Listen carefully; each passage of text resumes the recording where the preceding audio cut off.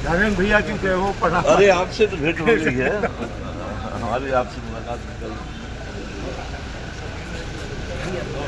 आइए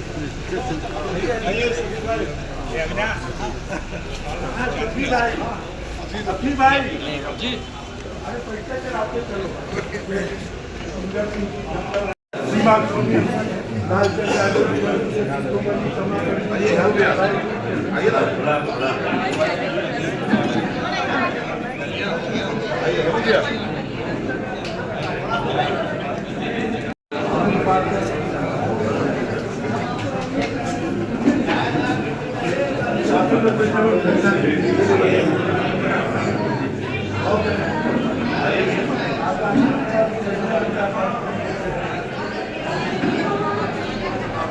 बाकी लोग बाहर ना जाएंगे।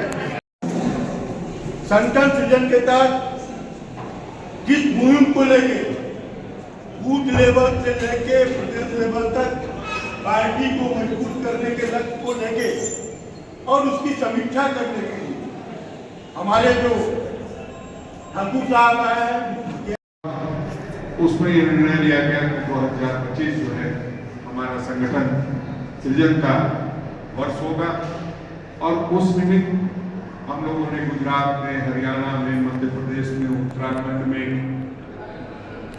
सरकार से आप लोग तय कर रहे हैं जिलाध्यक्ष को बाकी टीम बनाने के लिए। देखिए, आदरणीय राहुल गांधी जी की सोच पर, आदरणीय मल्लिकार्जुन खड़गे जी के निर्देश पर हम यहाँ पहुँचे हैं अंबिकापुर। और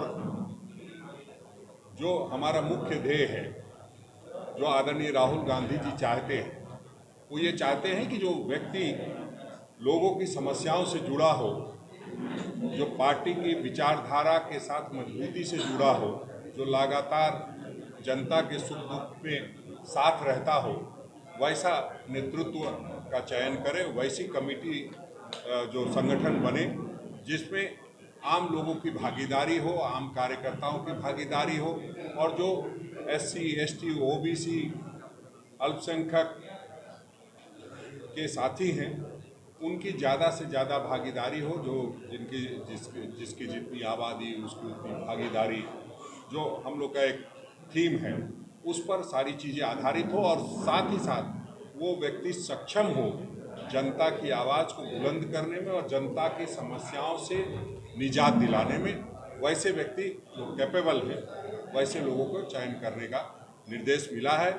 पूरे प्रदेश से लोग साथ में हैं। आप पूर्व अध्यक्ष नीनेंद्र साहू जी हैं, भंडारी जी हैं जो मंत्री रही हैं, हमारे अभिभावक स्वरूप TS सिंहदेव जी हैं, सभी लोग जो यहाँ पर उपस्थित हैं, सभी लोगों के अनुभव का, सभी लोगों के जो तजुर्बे हैं उसका ख्याल रखते हुए और उन सभी जो ब्लॉक में बैठे कार्यकर्ता हैं उन सबसे बातचीत करके, रायशुमारी करके हम लोग संगठन का सृजन करें। उम्र का कोई क्राइटेरिया है?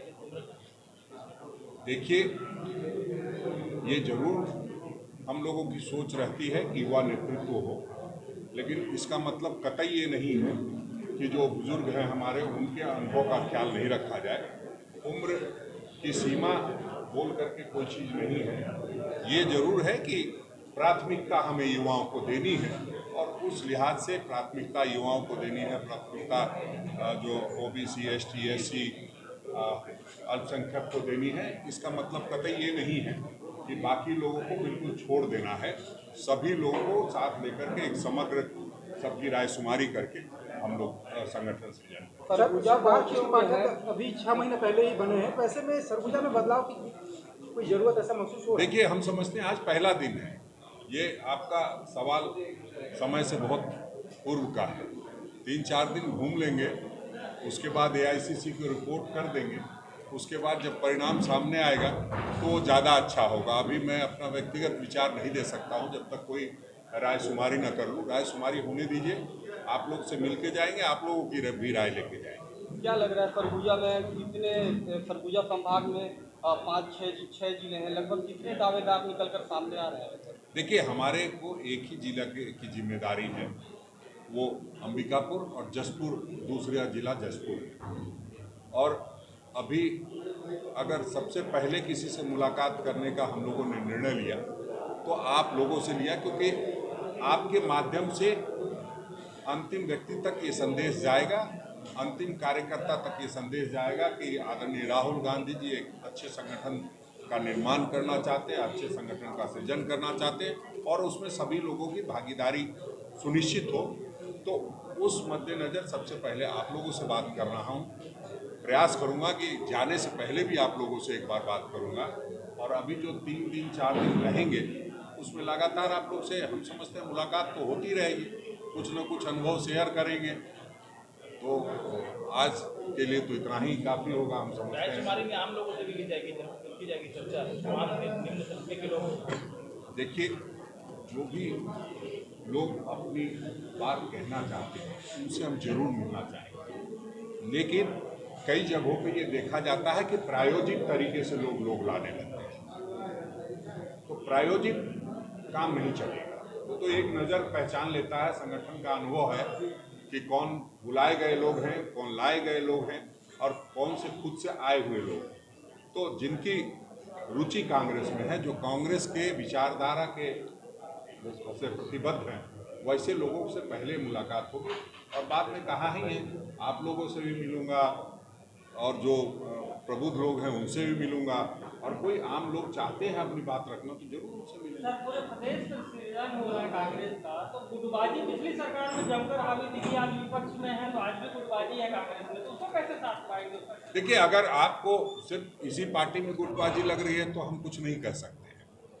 कोई ऐसी पार्टी बताइए जिसमें गुटबाजी नहीं हो, जहाँ विभिन्न तरह के लोग रहेंगे। एक परिवार में आप 5 लोग रहते हैं, बेटे का खुद सोचना होता है, बहू का खुद सोचना होता है, उसी हिसाब से माँ बाप प्रताड़ित होते हैं। तो हमको नहीं लगता है इसमें कोई बहुत जिंदा संगठन है, जिंदा लोग हैं, तो निश्चित रूप से अपनी अपनी बात रखेंगे तो लगेगा कि अपने अपने तरीके से कोई बात रख रहा है तो उसको लोग गुटबाजी करते हैं। हम लोग उसको सकारात्मक तरीके से लेते हैं। ये नरेंद्र मोदी और अमित शाह की पार्टी नहीं है जहाँ सिर्फ उनकी चले, यहाँ सबकी चलती है, सबका स्टेक है, सब स्टेक होल्डर है, एक एक कार्यकर्ता। तो उनकी मनोभावना कई बार आपको ऐसा लगता होगा कि खुद के रूप में प्रस्तुत हो रही है, ऐसी कोई बात नहीं है। जहाँ संगठन मजबूत होता है, जहाँ बोलने की आज़ादी होती है, जहाँ लोकतंत्र होता है, वहाँ इस तरह की बातें सामने आती है। उसकी चिंता करने की बात नहीं है। हम लोग बेहतर संगठन बनाने का बिहार चुनाव में सर क्या होने वाला है, क्योंकि आप PCC के पूर्व अध्यक्ष भी रह चुके हैं वहाँ, अब चुनाव भी देखिए, आज तो हमारा PC इसी वास्ते है, फिर भी आपने पूछ लिया है। तो बिहार में हमारी सरकार बनने जा रही है। जिस तरह से प्रधानमंत्री जी विचलित हैं, जिस तरह से पूरे देश में अत्याचार बढ़ा है और जिस तरह से आदरणीय राहुल गांधी की आलोचना बढ़ी है और जिस तरह से उन्हें हत्या करने की धमकी दी जा रही है, तो इससे ये पता चल गया है कि अब ये लोग काफ़ी विचलित हैं। और जब विचलन बढ़ता है तो इस तरह की प्रवृत्ति सामने आती है और तभी सही में पता चलता है कि नाथूराम गौडसे के चाहने वाले लोग, नाथूराम गौडसे के सोच रखने वाले लोग आज भी इस देश में कायम हैं। तो इसी से हम लोगों को एक मजबूती मिलती है कि जिस तरह की बातें सामने आ रही है, लगातार अत्याचार जो बढ़ा है दलितों पर, पीड़ितों पर, तो आदरणीय राहुल गांधी जी ने जैसे आवाज़ को बुलंद किया है, तो हमारी सरकार वहाँ बनने जा रही है। तेजस्वी जी और तमाम जो पिछड़े दलितों का नेतृत्व करने वाले लोग हैं, जो अंतिम पायदान पर बैठे लोगों का नेतृत्व करने वाले लोग हैं, वो सब हम लोग साथ मिलकर चुनाव लड़ रहे हैं। तो हम समझते हैं हमारी जीत सुनिश्चित है। अब ये चूँकि आदरणीय हमारे जवाहरलाल नेहरू जी का जन्मदिन भी है उस दिन, 14 नवंबर को, तो हम जानते हैं लोग सच्ची श्रद्धांजलि उसी रूप में देंगे बिहार की जीत के।